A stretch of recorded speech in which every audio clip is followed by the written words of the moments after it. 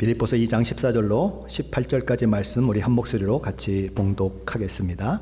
모든 일을 원망과 시비가 없이 하라. 이는 너희가 흠이 없고 순전하여 어그러지고 거스르는 세대 가운데서 하나님의 흠 없는 자녀로 세상에서 그들 가운데 빛들로 나타내며 생명의 말씀을 밝혀 나의 다름질이 헛되지 아니하고 수고도 헛되지 아니하므로 그리스도의 날에 내가 자랑할 것이 있게 하려 함이라. 만일 너희 믿음의 제물과 섬김 위에 내가 나를 전제로 드릴지라도 나는 기뻐하고 너희 무리와 함께 기뻐하리니 이와 같이 너희도 기뻐하고 나와 함께 기뻐하라. 아멘. 성자 하나님, 우리 주님이 자기를 낮추시고 사람의 모양으로 나타나시고 십자가에 죽기까지 순종하심으로 저와 여러분은 죄사함 받고 하나님의 자녀가 되는 영광된 그 지위와 특권을 누리는 자가 되었습니다. 성경은 그런 은혜와 복을 누리고 있는 저와 여러분을 향하여 두렵고 떨림으로 너희 구원을 이루라 라고 말씀합니다. 저와 여러분이 성화를 이루어 가야 한다는 것입니다. 성화는 선택이 아니고 필수입니다. 자, 그렇다면 저와 여러분이 두렵고 떨림으로 구원을 이루어가는 그 일을 함에 있어서 가장 큰 걸림돌로 작용하는 것들이 있다면 어떤 것들이 있을까요? 사도 바울은 주저없이 두 가지를 들고 있습니다. 저희들이 성화를 이루어가는데 방해되는 걸림돌 중에 걸림돌은 원망과 시비다 라고 얘기하는 것입니다. 우리 빌립보서 2장 14절 말씀인데 함께 읽어봅니다. 모든 일을 원망과 시비가 없이 하라. 여기 원망은 불평과 불만의 말을 쏟아내는 것을 말합니다. 별것 아닌 것을 가지고 편견을 가지고 비판하는 태도를 가지거나 도움이 필요한 것에 도움을 주기는커녕 불평, 불만을 마구 쏟아내는 행위를 말합니다. 원망은 성도들의 외적 행위를 통해서 나타나는 그런 잘못된 신앙의 패턴이지요. 사도 바울은 여기서 출애굽한 이스라엘 백성들이 광야에서 했던 그 원망을 마음속에 생각하면서 이 말씀을 하고 있는 것입니다. 이스라엘 백성들은 내가 너희를 바로에게서 구출해내어 젖과 꿀이 흐르는 땅, 가나안 땅에 들어가게 하겠다고 하신 하나님의 그 약속을 받고 출애굽했지만 그 믿음을 온전히 붙드는 데는 실패하는 모습을 보입니다.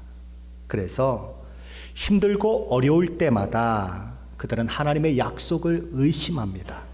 그들을 향한 하나님의 사랑을 의심합니다. 그리고 그 의심의 결과는 무엇으로 나타나느냐 하면 때마다 일마다 원망하고 불평하는 것으로 나타납니다. 그들은 아름답고 영광스러운 땅인 그 가나안 땅을 곧바로 들어갈 수 있었어요. 첫 관문인 여리고성을 무너뜨리고 그것을 시작으로 가나안 족속들을 하나하나 정복해 나가면서 가나안 땅을 차지하게 되는 그 일들이 그들에게 분명히 하나님의 약속 가운데 주어져 있었습니다. 하지만 결과는 그렇지 못했어요. 그들은 수일이면 도착해서 정복전쟁을 통해서 점령할 수 있었던 가나안 땅을 들어가지 못합니다. 무려 40년 동안이나 뜨거운 열기가 가득한 그 광야를 떠돌아야 하는 그런 삶을 살아야 했어요. 그들은 광야를 돌고 또 돌고 그럽니다. 출애굽 세대 중에서 20세 이상 된 사람들이 모두 죽기까지 그렇게 광야에서 삶을 살아야 했어요. 그래서 이제 결국 출애굽 당시에 20살 이상이었던 사람들이 다 죽죠. 오직 여호수아와 갈렙 두 사람만이 하나님께 약속하신 가나안 땅에 들어갈 수 있게 되는 그런 일들이 있게 되는 것입니다. 왜 그렇게 되었을까요? 도대체 무슨 일이 있었기에 온 우주 만물을 창조하신 하나님이시여, 전능하신 하나님이시여, 그분이 약속하시고 들어가겠다고 그렇게 말씀하셨음에도 불구하고 이스라엘 백성들은 가나안 땅을 들어가지 못하는 그 일들을 만나게 되고 광야에서 엎어지게 되었을까요? 시편 106편 말씀은 이스라엘 백성들 중 어른 세대가 왜 가나안 땅에 들어가지 못하고 광야에서 삶을 마감할 수밖에 없었는지에 대해서 아주 간략하고 요약해서 설명을 해주고 있는데, 특별히 시편 106편 24절 25절 말씀은 그 핵심적 이유를 이렇게 설명하고 있습니다. 그들이 그 기쁨의 땅을 멸시하며 그 말씀을 믿지 아니하고 그들의 장막에서 원망하며 여호와의 음성을 듣지 아니하였도다. 이스라엘 백성들은 하나님께서 자기를 구출하여 내셨으니 이제부터는 우리에게는 만사 형통만 있을 것이다 라고 생각을 합니다. 아무런 어려움도 없이 가나안 땅이 우리 것이 될 것이라고 그들은 기대하는 것입니다. 그런데 그 기대와 소망은 여러 가지 상황을 만날 때에 무너져 내리고 원망과 불평으로 바뀌어지는 것을 보게 되는 것입니다. 그들은 신나게 출애굽을 했습니다. 그리고 막 도망쳤어요. 그런데 모래먼지를 일으키며 달려오는 한 무리들이 있었습니다. 바로 왕과 그의 군대가 병거를 타고 말을 타고 그냥 달려오는 것입니다. 누구를 잡겠다고요? 탈출한 이스라엘 백성들을 잡겠다고 달려오는 것입니다. 그들은 거의 400여 년 동안 그의 바로와 그 군대에 의해서 노예 생활을 했던 사람들입니다. 노예 삶을 살면서 그들이 얼마나 무서운지를 경험했던 사람들입니다. 그들에게 밉보이면, 그들에게 잘못하면 얼마나 호되게 당하는지를 알고 있었던 사람들이에요. 그런데 그들이 말을 타고 병거를 타고 쫓아오는 것입니다. 그들의 모습을 보자 이스라엘 백성들의 얼굴은 하얗게 질려버리는 것입니다.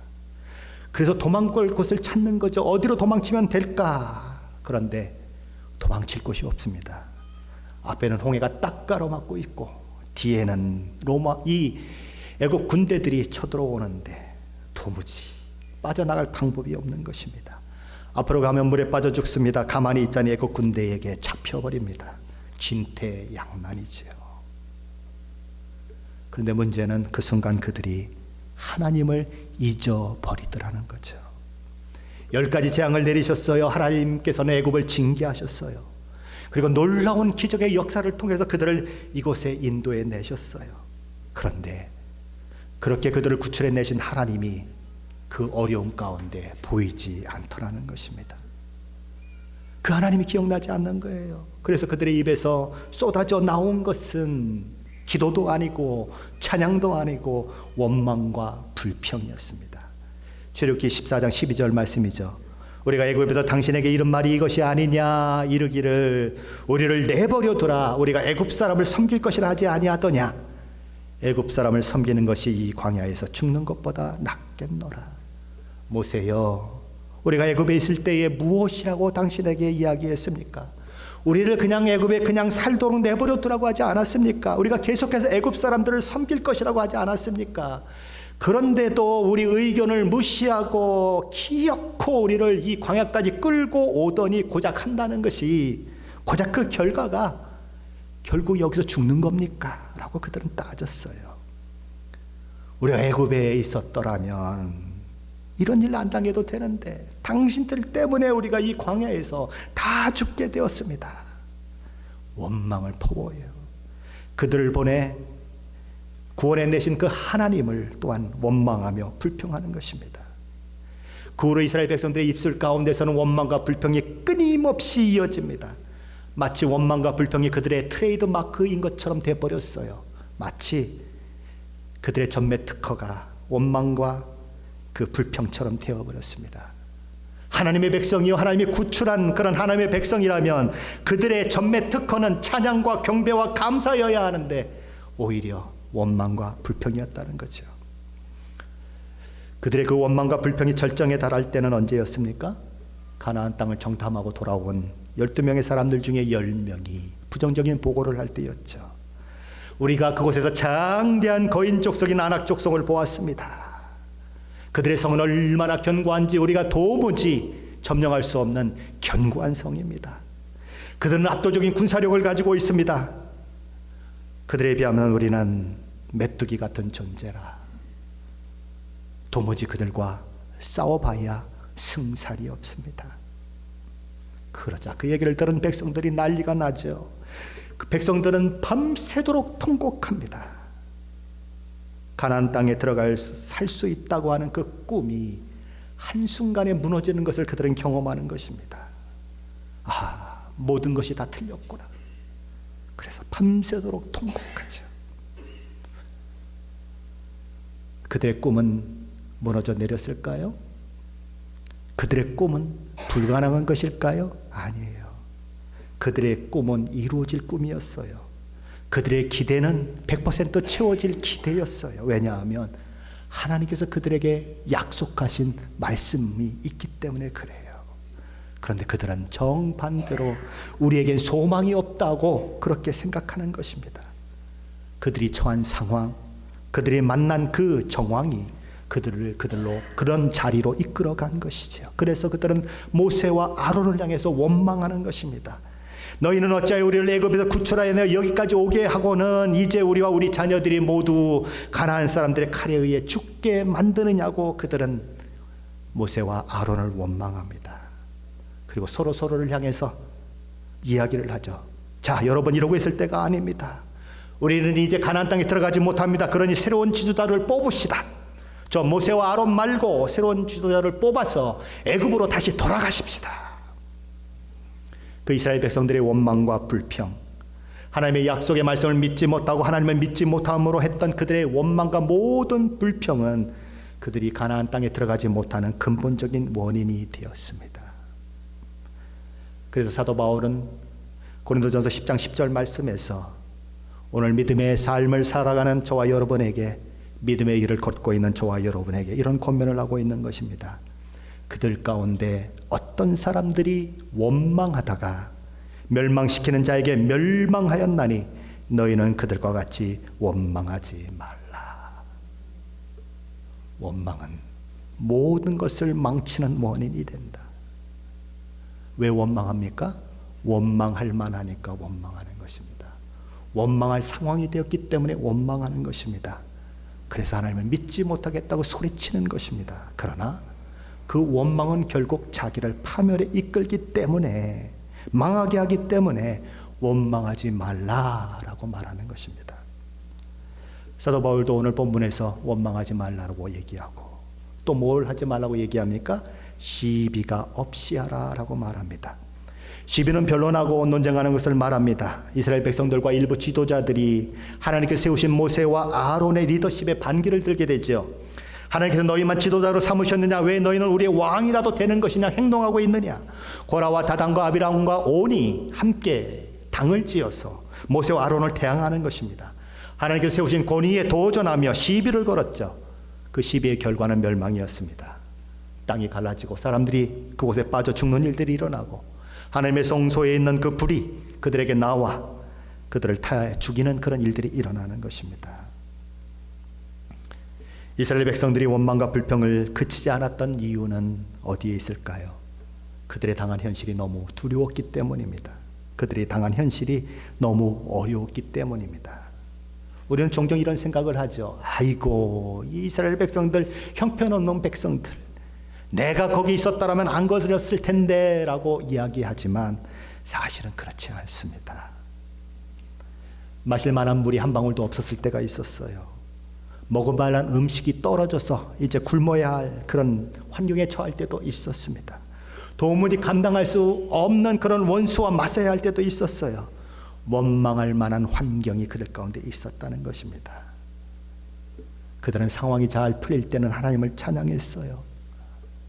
그 홍해를 건너고 이 애굽 사람들이 빠져 죽는 그 모습을 보면서 미리암과 여인들이 소고를 치며 춤추며 하나님의 구원을 노래했습니다.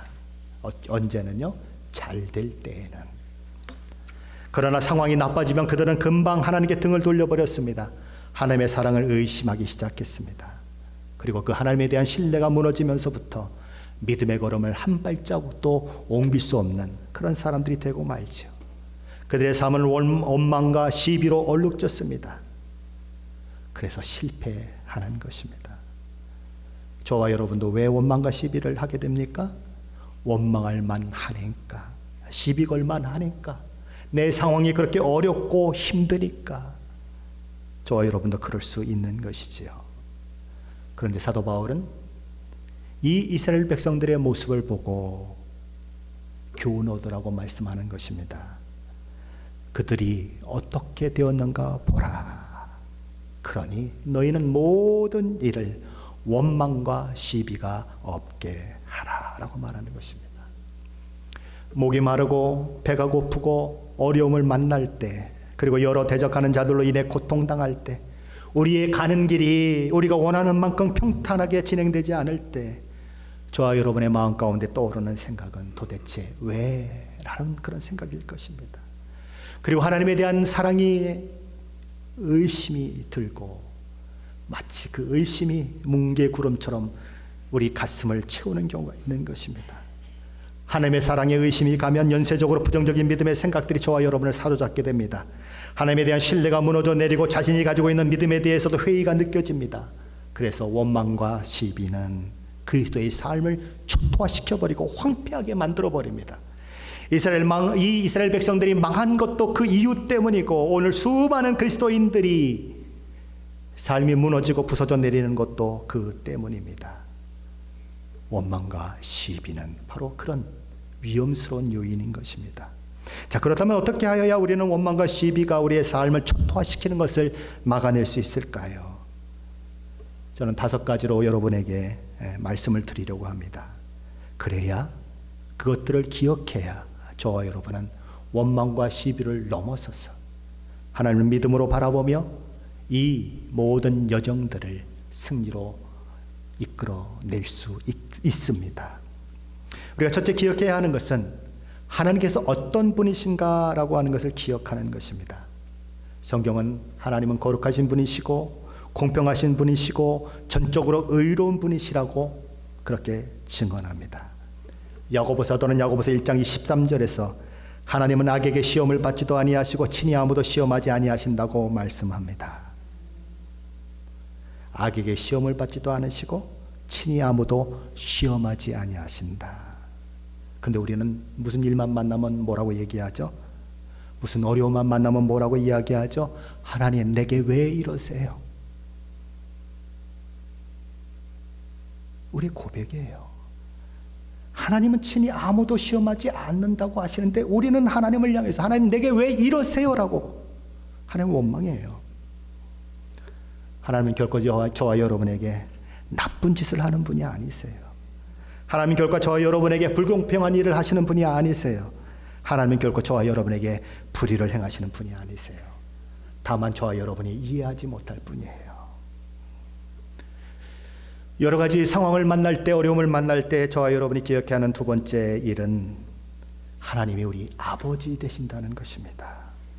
그 사실을 기억해야 하는 것입니다. 아버지도 어떤 아버지십니까? 우리 하나님이 이렇게 말씀하세요.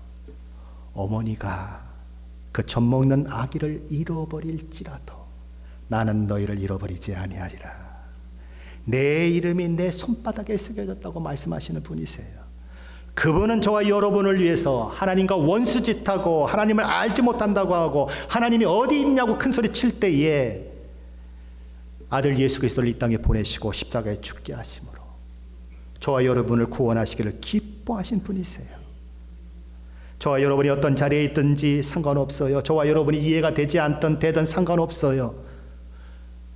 분명한 사실 하나는 그 아들을 보내신 하나님이, 그 사랑의 하나님이 저와 여러분의 아버지시라는 거예요. 어려움을 겪을 때, 힘들 때 우리는 그 사실을 기억해야 하는 거예요. 셋째로 우리가 기억해야 하는 것은 하나님은 우리의 이해력이나 우리의 상상을 뛰어넘는 전능하신 하나님이시요 크신 하나님이라는 사실을 기억해야 합니다. 저와 여러분은 결코 하나님의 일하심을 다 이해할 수가 없어요. 신이신 하나님이 다 이해된다면 저와 여러분이 신이지요. 그렇죠?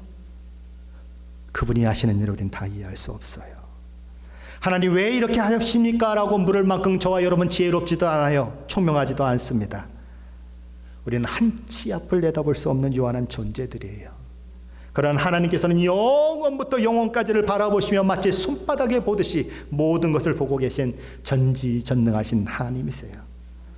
그러므로 우리의 작은 두뇌로 이해되지 않는다고, 하나님이 잘못됐다고, 하나님이 나를 사랑하지 않는다고, 하나님이 너무 잔인하다고 이야기한다면 그것만큼 어리석은 모습은 없는 것입니다. 저와 여러분이 신앙생활하면서 고백하는 것이 뭐죠? 그때는 이해가 안 됐었는데 오랜 세월이 지나고 나니까 그때를 되돌아보며 생각하면 그게 하나님의 은혜였구나라고 고백하는 것. 그때는 이해가 안 됐는데 그래서 하나님이 그렇게 하셨구나. 내 생각대로 됐다면 내가 완전히 망할 뻔했는데 하나님이 그렇게 방향을 틀어주셨구나. 그래서 우리는 감사하는 것들이 있는 것은 하나님이 다함이 없는 지혜로 저와 여러분을 인도하시기 때문에 그런 것입니다.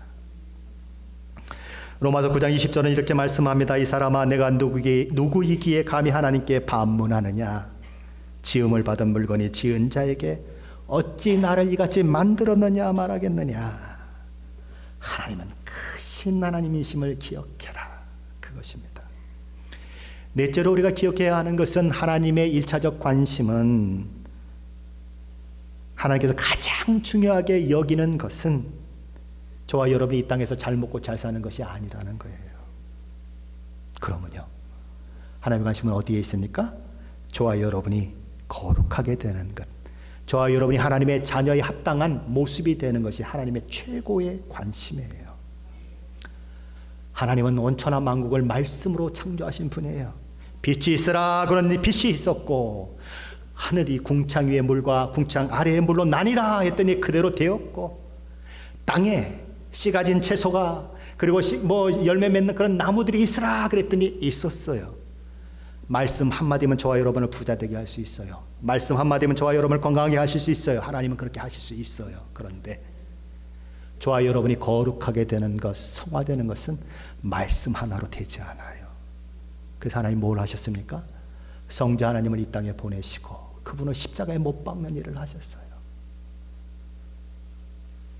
말씀 하나로 되어지는 일과 성자 하나님이 친히 이 땅에 오셔서 성육신 하시고 십자가에 못 박혀 죽는 그 일이 이루는 일과 두 가지를 비교할 때 하나님이 어떤 것에 중점을 두고 있는가 한번 생각해 보세요. 무엇에 하나님의 관심이 있으신가? 자기의 아들, 독생자 아들을 죽이시면까지 우리에게 관심을 가지고 있는 것은 저와 여러분의 성화지, 저와 여러분이 잘 먹고 잘 사는 것 아니에요. 그런데 죄성을 가지고 있는 우리는 늘 어디에 주목하려고 합니까? 이 땅의 것에 주목하려고 합니다. 잘 먹고 잘 사는 것에 주목하려고 합니다. 이 땅에서 잘 되는 것에 주목하려고 합니다. 영혼이 잘 되는 것보다 육체가 잘 되는 것이 우리의 소원일 때가 너무 많아요. 우리의 자랑은 우리 자녀가 어느 대학을 가고 돈을 얼마나 벌고 그런 자랑은 수도 없이 쏟아내는데, 내가 예수 그리스도를 믿고 내가 어떻게 변화되고 내가 어떻게 하나님을 이해하게 되고 내가 어떻게 하나님의 은혜를 받았습니다 라고 하는 고백은 한마디도 하지 않는 사람들이 너무 많은 거예요. 하나님의 관심과 우리의 관심은 다른 거죠. 그러다 보니 인생을 살다 보면 내 맘대로 안 될 때, 내 뜻대로 되지 않을 때 우리 입술에서는 자연스럽게 뭐가 나옵니까? 원망과 불평이 나올 수밖에 없는 거죠. 하나님의 관심은 그 고난을 통해서 나를 만들어 가시고, 하나님의 관심은 그 어려움을 통해서 내가 정말 중요한 것이 무엇인지를 깨달으라고 하나님은 그 모든 것들을 허락하고 계신데 우리의 관심은 거기에 없어요. 하나님이 살아계시다면 왜 나에게 고난을 주세요? 내가 예수 믿었는데 왜 힘들게 하세요? 라고 우리는 따지고 원망하고 시비 거는 것입니다.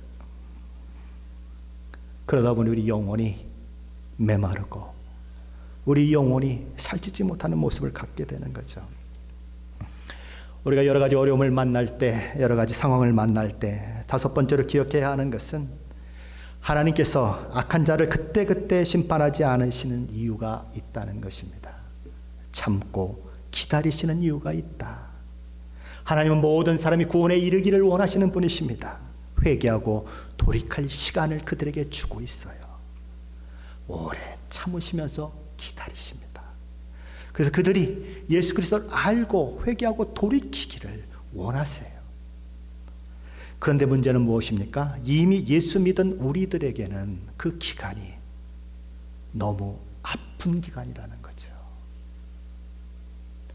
아니, 하나님 왜 저런 사람을 살려두세요?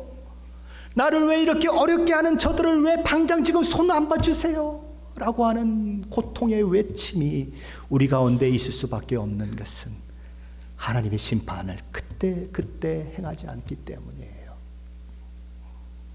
근데 한번 생각해 보세요. 하나님이 그때 심판을 행하셨다면 저와 여러분이 이 자리에 있을 수 있을까요? 하나님이 참지 않으셨고 하나님이 기다리지 않으셨다면 저와 여러분이 이 자리에 있을 수 있을까요? 생각해 보세요. 아이고 나는 나면서부터 어머니 뱃속에 있을 때부터 믿었는데요. 그럼 그 어머니로 한번 돌아가 보세요. 할아버지 할머니에게 돌아가 보세요. 그때 하나님의 심판을 행했다면 저와 여러분 여기 없어요. 근데 우리는 화장실 갈 때 마음 다르고 화장실 갔다 와서 마음 달라지는 것처럼 뭐라고 얘기합니까? 지금 당장 심판하지 않고 뭐 하십니까? 하나님 불공평해요. 하나님 뭐 하세요? 살아계신 것에 아니에요 라고 따지는 거예요. 하나님의 마음을 이해하지 못하는 거죠. 왜 그냥 놔두시냐고 그러는 거죠. 왜 그런 때들 때문에 내가 고통받아야 되느냐고 외치는 것입니다. 근데 하나님의 심판을 보류하시는 것은 저와 여러분을 심판하지 않고 보류하셔서 하나님의 자녀가 되게 하신 것처럼 그 마음을 가지기 때문이라고 생각하고 그 고난과 역경 가운데 우리는 하나님을 놓치지 말아야 하는 것입니다. 그렇다면 그리스도인 된 우리가 모든 일을 원망과 시비가 없이 해야만 하는 이유는 어디에 있을까요? 사도 바울은 첫째는 저와 여러분이 흠없는 하나님의 자녀로 세워지기 위함이라고 말씀합니다. 빌립보서 2장 15절 말씀인데 함께 읽어보겠습니다. 이는 너희가 흠이 없고 순전하여 어그러지고 거스르는 세대 가운데서 하나님의 흠없는 자녀로 세상에서 그들 가운데 빛들로 나타내며. 여기 이 흠이 없다고 하는 것은 다른 사람들로부터 비난받을 일이 없어야 한다는 것을 말합니다. 잘못이나 결점 때문에 다른 사람들로부터 비난받거나 손가락질 받는 일이 없어야 한다는 것입니다. 세상은 저와 여러분을 바라보고 있습니다. 아, 저 사람은 그리스도인이래. 시애틀 임마누엘 교회에 다니는 성도래. 그들은 기독교를 알지 못합니다. 아직 하나님을 알지 못하고 예수 그리스도의 십자가를 알지 못합니다. 그런데 누구를 통해서 교회를 평가하고 누구를 통해서 기독교를 평가하냐면 저와 여러분의 모습을 통해서 기독교를 평가합니다. 우리 모습을 보고 그들은 하나님을 평가하고 예수 그리스도를 평가합니다. 우리 여기 장로님 계시죠? 한교일 장로님 계십니다. 한교일 장로님이 가끔 이런 얘기를 하세요. 옛날에 사기당한 일을 얘기하십니다. 누구한테 사기를 당했어요? 장로에게 사기를 당했어요. 교회의 장로라고 해서 믿을 만하다고 해서 아무것도 영수증도 쓰지 않고 돈을 빌려줬는데 돈 달라고 그랬더니 이 사람이 시치미를 뚝 떼더래요. 어떻게 시치미를 뚝 떼요? 당신이 언제 나한테 돈 빌려줬어? 증거를 대봐. 우리 장로님이 한국에서 그 일을 당했는데 예수 믿고 싶었을까요? 안 믿고 싶었을까요? 예수 믿는 사람들을 만나면 무슨 생각이 들까요? 야, 예수 믿는 것들은 다 사기꾼이야. 장로 웃기는 소리 하지 마. 이렇게 되는 거예요. 근데 누군가 우리 장로님한테 와가지고 예수 믿으시오라고 얘기하면 뭐라 그러죠? 웃겨 그러죠. 예. 너나 잘 믿어 그렇게 되는 겁니다. 그런데 그 장로님이 미국에 오셨어요. 그리고 예수 믿고 장로님이 되셨어요. 그러니 우리 장로님이 장로가 되었다고 하는 그 사실이 얼마나 마음에 부담이 되겠어요. 나는 그런 장로가 되면 안 되지 하는 마음이 그 마음에 다 있는 것입니다. 한 사람이 그렇게 중요해요. 한 사람의 기독교인이 온 기독교인을 욕먹이고 한 사람의 기독교인이 하나님의 이름에 먹칠을 하는 것입니다. 저와 여러분의 어깨가 그래서 무거운 것입니다. 저와 여러분은 어깨에 하나님의 명예, 예수 그리스도를 명예를 짊어지고 다니는 사람들이에요. 저는 지금도 제 차에 하나님은 사랑이십니다 이런 것들을 붙이지 못해요. 혹시라도 하나님의 이름이 영광을, 하나님의 이름이 먹칠될까봐, 하나님의 영광을 가릴까봐 감히 붙이지 못해요. 때론 저도 성령을 내거든요. 때론 저도 잘못하는 경우가 있거든요. 그래서 붙이지 못해요. 언젠가 한번 좀 붙여보고 싶은 생각이 있어요. 하나님은 당신을 사랑하십니다 라고 정말 당당히 붙이고 싶은 그런 마음이 있어요. 저와 여러분은 흠이 없고 순전해야 한다는 것입니다. 세상 사람들로부터 도덕적인 일 때문에 비난먹거나 손가락질 당하지 말아야 한다는 거예요. 그럴 수 있을까요? 다니엘은 우리에게 그럴 수 있다고 얘기합니다. 그는 이스라엘 사람인데 바벨론으로 포로로 잡혀간 사람입니다. 포로인데 그곳에서 놀라운 하나님의 은혜를 경험하며 총리가 되어서 느부갓네살이 다스렸던 바벨론으로부터 메대 바사가 다스리는 다리오 왕 때까지 총리로서의 그 일들을 감당했던 그런 사람이죠. 그러니 한번 생각해 보세요. 이민자로 왔고 그것도 포로도 온 주제에 총리가 되어 있으니 얼마나 많은 사람들이 미워하고 시기하고 그랬겠습니까? 그래서 사람들이 저걸 어떻게 끌어내릴 수 있을까라고 고민하게 되죠.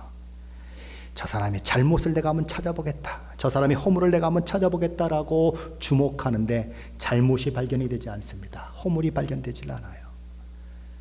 저걸 어떻게 하면 끌어내리나 고민을 하다 보니까 이 사람이 하루에 3번씩 예루살렘을 향한 문을 열어놓고 기도하는 모습이 보이는 것입니다. 그래, 맞다. 저 사람이 하나님을 섬기는 저것을 가지고 저 사람을 걸지 않고는 저 사람을 올가맬 수가 없겠구나. 그래서 왕에게 나아가서 왕을 막 칭찬합니다. 왕이시여, 왕 같은 분이 어디 있습니까? 우리가 한 가지 제안을 하나 만들어냈습니다. 이제부터 30일 동안 왕 외에는 어떤 신이나 어떤 사람에게 아무것도 구하지 않는 그런 30일을 정하는 그런 법을 만들기로 했습니다. 그러니까 왕이 너무 기분이 좋아서 그래 도장을 꽝 찍어줬어요. 그런데 그 왕의 어인이 찍힌 것을 알고도 다니엘은 예루살렘을 향한 문을 활짝 열어놓고 그 전에 하듯이 똑같이 하나님 앞에 기도하는 거죠. 그냥 이 대적들이 막 박수를 치고 너무 좋아하는 거죠. 걸렸다. 그래서 왕이 고발하고 그는 사저굴 속에 던져지는 그 일들이 있게 되죠. 왜 그들은 그런 일을 하게 되었을까요? 무엇 때문에요? 다니엘에게서 허물과 그런 부족한 점이, 잘못된 점이 발견되지 않았기 때문에 그렇습니다. 저와 여러분도 바로 그래야 한다는 거예요. 저와 여러분의 모습 속에도 흠이 없는 그런 모습이 있어야 한다는 것입니다. 자, 그렇다면 하나님이 원하시는 것은 흠이 없는 것만일까요? 오늘 성경은 그렇게 얘기하지 않습니다. 흠이 없을 뿐만 아니라 순전해야 한다고 말합니다. 흠이 없는 것이 외적인 것이라면 순전한 것은 내적인 것입니다. 사람은 이 마음 속에 쌓아둔 것이 밖으로 나와요. 악을 많이 쌓아두면 악이 나옵니다. 선을 많이 쌓아두면 선이 나오게 되어 있습니다. 외적인 행동을 만들어내는 것은 내적인 것인데 그 내적인 것이 순전해야 한다는 것입니다. 내적인 것이 순전하면 그 순전한 마음에서 흠이 없는 행동들이 나타난다는 거죠. 예수님은 마태복음 5장 27절 28절에서 이 간음에 대해서 이야기를 하시면서 이렇게 말씀하십니다. 또 간음하지 말라 하였다는 것을 너희가 들었으나 나는 너희에게 이르노니 음욕을 품고 여자를 보는 자마다 마음에 이미 간음하였느니라.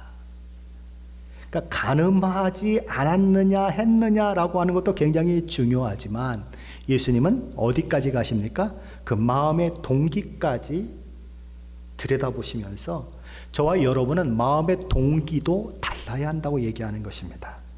세상 사람은 내가 죄를 졌느냐 죄를 짓지 않느냐 가지고 내가 의인이다 라고 얘기하지만 예수 믿는 사람은 그 마음의 동기까지도 불순해서는 안 된다라고 얘기하는 거죠. 내면이 변화됨으로써, 내면이 순전함으로써 외면에 흠없는 자의 모습이 나타나야 된다고 성경은 얘기하는 것입니다.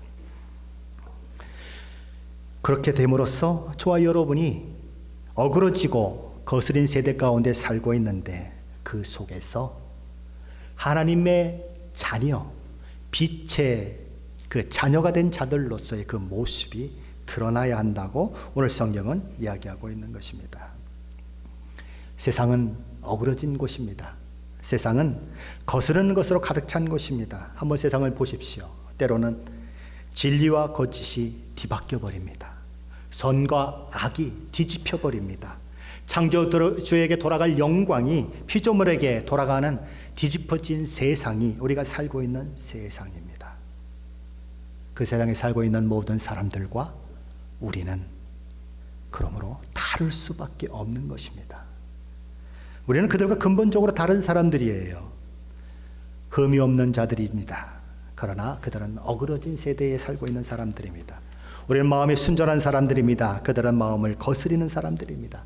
우리는 하나님의 자녀가 된 사람들입니다. 그들은 하나님의 자녀가 아닌 사람들입니다. 우리는 이 캄캄한 어둠 속에서 빛을 비춰야 할 빛의 사람들이지만 그들은 어둠이 어둠인지도 모르고 살아가는 그런 사람들입니다. 달라야 한다는 것이지요. 모세를 기억하십니까? 모세는 하나님의 산에 올라가서 하나님과 오랫동안 대면하고 내려왔는데 자기도 모르게 얼굴에서 빛이 납니다. 그 사람들이 얼굴에서 갑자기 막 이 광채가 나니까 너무 두려워해서 모세는 그 두려움을 없애려고 얼굴에 수건을 써야 하는 그런 일들이 있었습니다. 하나님과 오래 대면하다 보니까 하나님의 영광의 빛이 그의 얼굴에서 나타났다는 것입니다. 저와 여러분도 마찬가지입니다. 하나님과 오래 교제하고 하나님의 자녀가 되고 하나님의 말씀에 순종하는 그 일들을 통해서 하나님의 영광의 빛이 저와 여러분 가운데도 나타나야 한다는 거죠. 에베소 5장 8절은 이런 도전의 말씀 우리에게 던지고 있습니다. 너희가 전에는 어둠이더니 이제는 주 안에서 빛이라. 빛의 자녀들처럼 행하라. 하나님의 자녀된 저와 여러분이 모든 일을 원망과 시비가 없이 해야 하는 둘째 이유는 저와 여러분이 생명의 빛을 밝히는 자가 되었기 때문입니다. 빌립보서 2장 16절 말씀인데 함께 읽어봅니다. 16절입니다. 생명의 말씀을 밝혀 나의 다름질이 헛되지 아니하고 수고도 헛되지 아니하므로 그리스도의 날에 내가 자랑할 것이 있게 하려 함이라. 여기 생명의 말씀을 밝혀라고 하는 이 문장에서 밝힌다고 하는 이 말은 횃불을 손에 꽉 잡아 들고 어두운 길을 비추기 위해서 앞으로 쑥 내미는 것을 말하는 것입니다. 이것이 가지고 있는 의미는 두 가지입니다. 하나는 생명의 말씀 때문에 핍박을 당하고 어려움을 당함에도 불구하고 그 생명의 말씀인 복음을 굳게 붙들어야 한다는 의미이고, 또 하나는 어두움의 그 길을 밝히기 위해서 횃불을 앞으로 쭉 내미는 것처럼 생명의 말씀을 앞으로 쭉 내밀어야 한다는 거예요. 생명의 말씀인 복음을 어둠 속에 살고 있는 영혼들 가운데 내밀어서 그들로 복음의 빛 가운데로 나오게 만들어야 한다는 것입니다. 그리스도인은 어디를 가든지 생명의 말씀, 복음을 드러내는 자들이 되어야 한다는 것입니다. 사람들 중에는 천성적으로 이 성품이 착한 분들이 있습니다. 본래부터 좋은 자질을 가지고 태어나는 사람들이 있습니다. 그들을 보여 사람들은 이렇게 얘기하죠. 그래, 맞아. 사람들은 태어날 때부터 아주 좋은 그런 사람으로 태어나야 맞아 라고 이야기하죠. 그런데 그리스도인은 그런 사람들이 아니라는 것입니다. 그리스도인들은 사람들이 어떤 이야기를 해야 마땅한 사람들인가? 도대체 복음이 뭐길래, 저들이 믿음으로 고백하는 예수 그리스도가 누구시길래 아니 저 사람을 저렇게 확 바꿔 놓았단 말이야? 아니 저 사람이 예수 믿기 전에는 전혀 저런 사람이 아니었는데 아니 예수 믿고 나서 어떻게 저렇게 달라질 수가 있지? 그 고백을 하게 만드는 사람이 누굽니까? 바로 그리스도인이라는 거예요. 저와 여러분은 남이 볼 때에 저렇게 변화가 된 이유가 어디에 있을까? 어떻게 저런 사람이 되었을까? 어떻게 저 사람 속에서 저런 행동이 나올 수 있을까? 어떻게 저 사람은 저렇게 눈에 띄는 그런 모습을 가지고 있을까? 왜 저렇게 우리와 다를까? 라는 질문을 만들어낼 수 있는 사람들이 바로 저와 여러분이라는 거예요. 그들 가운데 저와 여러분을 주목하고 바라보다 보니까 아, 맞아. 어쩐지 다르다고 했는데 저 사람이 예수 믿는 사람이래. 그리스도인이래. 역시 예수 믿는 사람은 다르구나. 역시 예수 믿는 사람에게는 우리와 너무나 다른 모습이 있구나 라고 하는 것이 저와 여러분을 통해서 다른 사람들의 그 입술을 빌려 증거되어야 한다는 것입니다. 그렇게 되면 저와 여러분이 예수 그리스도의 복음을 전하려고 하지 않아도 그들이 자연스럽게 저와 여러분에게 다가옵니다. 내가 믿는 예수가 누구니? 네가 믿는 복음이 뭐니? 묻게 되어 있어요. 나도 그 예수를 알고 싶다. 나도 너처럼 행복해지고 싶고 나도 너처럼 그런 사람이 되고 싶다라고 이야기하는 것입니다. 그들의 마음은 이미 열려 있어요. 저와 여러분의 모습을 보고요. 그때에 그들 마음 가운데 복음을 전하면 복음은 쉽게 그들의 마음에 들어가 자리 잡게 되는 것입니다. 근데 우리는 종종 그러지 못하죠. 복음을 전해주면 사람들이 뭐라고 얘기합니까? 너나 잘 믿어. 내 행동이나 똑바로 하고 내 말이나 똑바로 하고 그러고 너나 잘 믿어. 그런 소리를 듣는 거예요. 왜요? 흠이 없고 순전한 자가 되지 못했기 때문에 그래요. 복음의 빛을 비추는 그런 사람이 되지 못했기 때문에 그렇습니다. 우리는 이스라엘 백성들이 그랬듯이 광야 같은 세상을 살아가고 있습니다. 우리는 그 광야 같은 세상을 살아가면서 수많은 불평거리를 만날 것입니다. 수많은 불만거리, 수많은 시비를 일으킬 만한 일들을 만날 것입니다. 그때 하나님을 아는 자, 하나님을 끝까지 신뢰하는 자, 그리고 그렇지 않은 자의 삶의 모습은 확연히 다르게 드러날 것입니다. 이해할 수 없어요. 알 수 없어요. 그런데 하나님이 선하시다는 것은 알고 있어요. 하나님이 나를 사랑하시되 아들 예수 그리스도까지 보내신 분이라는 것은 알고 있어요.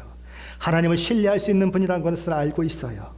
하나님께서 모든 것을 주권과 계획 가운데 이끌어 가고 있다고 하는 사실은 알고 있어요. 하나님께서 이 모든 일들을 통해 나를 거룩하게 빚어 가실 것이라고 하는 그런 기대도 할 수 있어요. 그래서 원망과 시비가 내 입에서 나오려고 할 때에 그것을 막고 오히려 그 하나님 앞에 하나님 이 모든 일들을 통해서 나에게 무엇을 가르쳐 주시려고 하십니까? 하나님 내가 이 고난 가운데 있는데 내가 이런 상황 가운데 있는데 하나님 내가 어떻게 행동하기를 원하십니까? 어떻게 말하기를 원하십니까? 내가 무엇을 구해야 할까요?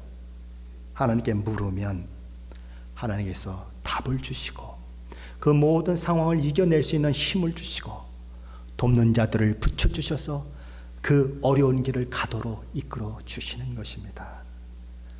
그러기에 원망과 시비보다 먼저 나와야 할 것은 감사와 찬양이에요. 우리 하나님 우리에게 뭐라고 말씀하십니까? 범사에 감사하라라고 말씀하십니다. 범사가 뭡니까? 기쁠 때만 감사하라는 것입니까? 잘될 때만 감사하라는 것입니까? 아니에요. 넘어질 때도 잘못될 때도 실패할 때도 실수할 때도 힘들 때도 어려울 때도 하나님 앞에 감사라는 것입니다. 뭐가 그렇게 감사해요? 내 상황이 이런데 내 상황은 이렇지만 그 상황을 통해서 나를 만들어 가실 그 하나님을 바라보기 때문에 감사할 수 있는 거예요. 이것이 끝이 아니라 이것을 통해서 하나님께서 반전을 이루실 하나님임을 내가 알기에 하나님께 감사할 수 있는 거예요.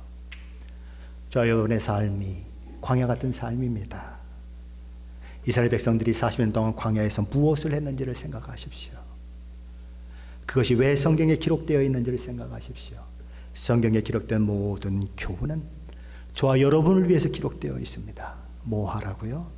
저들의 그 못난 모습을 따라가지 말라고 기록해 놨어요.